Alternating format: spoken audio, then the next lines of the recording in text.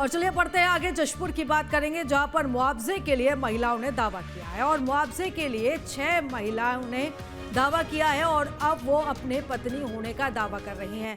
हाथी के हमले से एक शख्स की मौत हुई थी और सरकार ने 6 लाख रुपए के मुआवजे का ऐलान कर दिया। मुआवजे का ऐलान होते ही अब 6 महिलाओं ने दावा ठोका है। तो ये मामला है जशपुर का, जहां पर एक व्यक्ति की मौत के बाद अब 6 महिलाएं सामने आई हैं और वो अब उस व्यक्ति की पत्नी होने का दावा कर रही हैं। इधर छत्तीसगढ़ के जशपुर में हाथी के हमले में एक व्यक्ति की मौत के बाद एक पत्नी नहीं बल्कि 6 पत्नियां और उसके बच्चे अब सामने आ गए हैं और सभी ने अब मुआवजे की राशि पर अपना अपना दावा ठोक दिया है। ये वो 6 लाख रुपए का मुआवजा है जिसे राज्य सरकार किसी जंगली जानवर के हमले में मारे गए व्यक्ति को देती है। जिला प्रशासन वन विभाग अब इस पूरे मामले को लेकर उलझन में है। क्या है मामला, देखते हैं इस रिपोर्ट।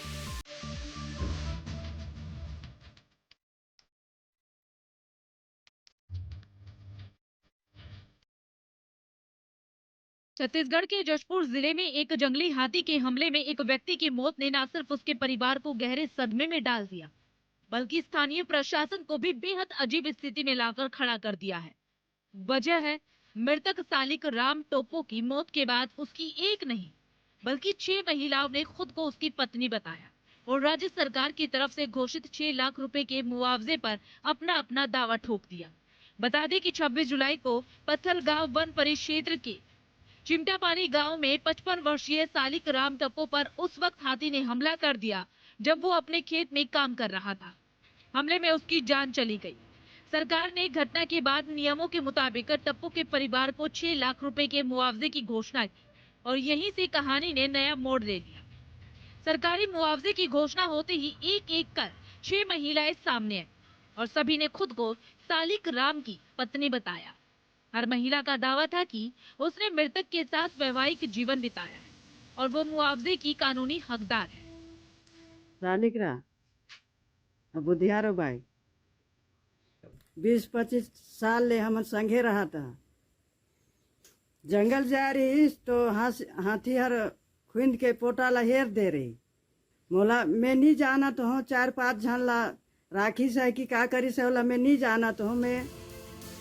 इधर मृतक के बेटे भागवत टोप्पो ने प्रशासन को बताया कि इन 6 महिलाओं में से केवल बुधियारो उसकी वास्तविक मां है और बाकी सभी झूठा दावा कर रही है। उसने कहा बुधियारो ही हमारे पिता की कानूनी पत्नी थी, बाकी महिला सिर्फ मुआवजे के लालच में झूठ बोल रही हैं। स्वर्गीय सालिक राम टोप्पो मेरे पिता हैं, जो अभी कुछ दिन 26 जुलाई को उनका हाथी के द्वारा देहांत हुआ है। जो अभी मुआवजा के लिए जो 5-6 महिलाएं आकर मेरे पिता को अपने पति दावा कर रहे हैं, सरासर ये गलत है। मैं छोटा से ही मेरे पापा मेरे को ले आए, हालांकि मेरा भी सेकंड मम्मी है। मेरे मम्मी का नाम शुभंती बाई है। उसके बाद यहाँ मेरे को बचपन से ही लाया मेरा पिता 5 साल। उसके बाद यही जो वर्तमान में है बुधियारो बाई टोप्पो, वही मेरी माँ है और आने वाला दिन में भी मैं इसी का पालन पोषण सब कुछ करूँगा। इस पूरे घटनाक्रम ने वन विभाग और जिला प्रशासन की मुश्किलें बढ़ा दी है। एक तरफ मुआवजा देना जरूरी है, वहीं दूसरी तरफ ये तय करना और भी ज्यादा जरूरी हो गया है कि असली हकदार कौन है।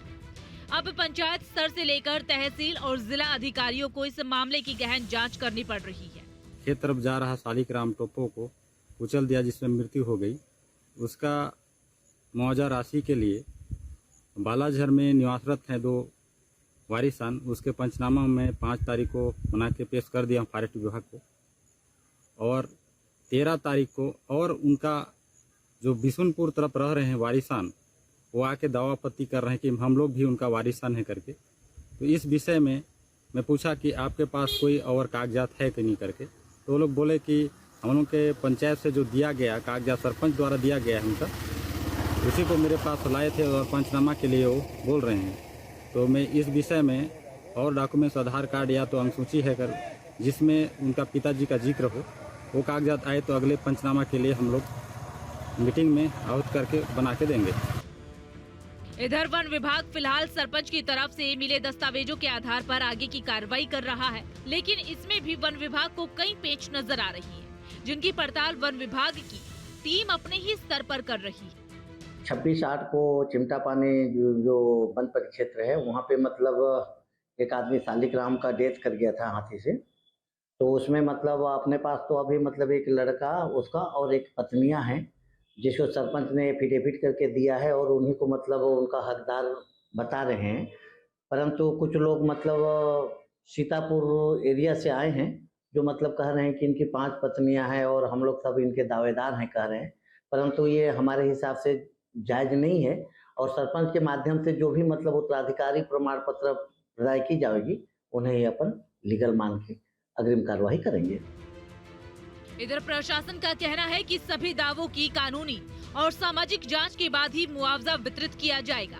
साथ ही ये भी देखा जा रहा है कि क्या शालिग्राम ने कभी किसी महिला से वैध विवाह किया था या ये सभी संबंध सामाजिक स्तर पर बने थे। फिलहाल ये पूरा मामला पेचीदा है और देखना ये होगा कि शालिग्राम टप्पो की मौत के मुआवजे के असली हकदार कौन साबित होता है। जशपुर से योगेश थेवात के साथ टीम न्यूज स्टेट।